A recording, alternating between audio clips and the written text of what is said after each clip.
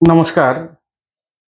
সামনেই বিধানসভা নির্বাচন এবং এই নির্বাচনকে ঘিরে রাজনৈতিক উত্তেজনা এখন তুঙ্গে। কেন তুঙ্গে বললাম কথাটা? কথাটা হচ্ছে এই কারণেই যে আমরা সবাই জানি যে সমস্ত রাজনৈতিক দলগুলোই তাদের বিভিন্ন রকম প্রতিশ্রুতি এবং বিভিন্ন রকমের দাবি-দাওয়া দিয়ে তারা মানুষের মন জয় করার চেষ্টা করেন এবং ভোটে সেটা প্রতিফলিত হওয়ার চেষ্টা করছে। আমরা যদি দেখি পশ্চিমবঙ্গে গত ৭০ বছরের বেশি সময় ধরে পশ্চিমবঙ্গে বিভিন্ন সময় বিভিন্ন রাজনৈতিক দল শাসন করেছে। কখনো কংগ্রেস, যুক্তফ্রন্ট, বামফ্রন্ট, এখন তৃণমূল। এরপরে কারা আসবে আমরা জানি না। কিন্তু সবচেয়ে বড় কথা হচ্ছে পশ্চিমবঙ্গে এই যে ভোট আসে, ভোট যায়, ভোটকে কেন্দ্র করে ব্যাপক খুনোখুনির রাজনীতি হয়। মানে ভারতবর্ষের এমন কোনো আর রাজ্য নেই যেখানে হয়তো এতটা পরিমাণে খুনোখুনি হয় বলে সংবাদ মাধ্যমে অন্তত খবর হয় না।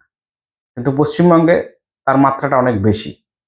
আমরা ২০২১ সালে দেখেছি যে ২০২১ সালে দ্বি দ্বিতীয়বারের জন্য ক্ষমতায় এসে, তৃতীয়বারের জন্য ক্ষমতায় এসে কিভাবে সাধারণ জনতার উপরে আক্রোশ নেমে এসছিল এবং লাগাতার প্রায় ৩-৪ মাস পর্যন্ত সেই পোস্টপল ভায়োলেন্স চলেছে। এইবারও আবার বিধানসভা নির্বাচন, সেই বিধানসভা নির্বাচন হবে। সেই নির্বাচন কতটা অবাধ এবং শান্তিপূর্ণ হবে সেটা তো আমরা জানি না এখনো, ভবিষ্যতই বলবে। কিন্তু নির্বাচন কমিশন গত ৯ এবং ১০ তারিখে এসছিলেন পশ্চিমবঙ্গে। গোটা বেঞ্চ এসছে, ফুল বেঞ্চ এসে তারা মিটিং করে গেছেন এবং তারা বারবার বিভিন্ন বিষয় নিয়ে মন্তব্য করেছেন এবং জনগণকে ভোট দেওয়া এবং শান্তিপূর্ণভাবে নিজের ভোটকে দেওয়া এবং পছন্দের প্রার্থীকে চয়ন করার জন্য যা যা করণীয় দরকার তাই করার কথা বলেছেন। সাধারণ মানুষ হয়তো সেই বিষয় নিয়ে কথাবার্তাও বলছেন, সাধারণ মানুষরা কিভাবে কি করবেন। কিন্তু কথাটা হচ্ছে এই নির্বাচন কমিশনের যে এসআইআর কে নিয়ে প্রথম থেকে একটা দ্বন্দ্ব ছিল।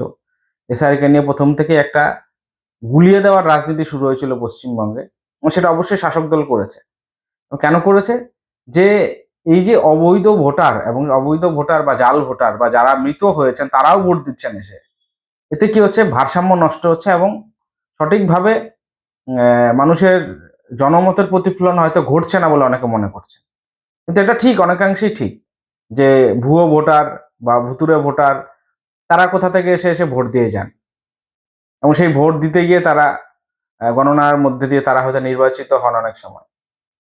কিন্তু এই প্রথাটা যাতে বন্ধ হয় তার জন্যই মূলত প্রচেষ্টা এবং সরকার ব্যবস্থার এবং সবসময় চায় যে এই ভোট যাতে শান্তিপূর্ণভাবে হয় এবং মানুষ যাতে নিজেদের ভোট, নিজেদের অধিকার প্রয়োগ করতে পারেন। বলা হয় গণতান্ত্রিক উৎসব ভোট, কিন্তু আদতেই গণতন্ত্র উৎসব কতটা গণতান্ত্রিক পদ্ধতিতে হয় তাও দেখার দরকার আছে।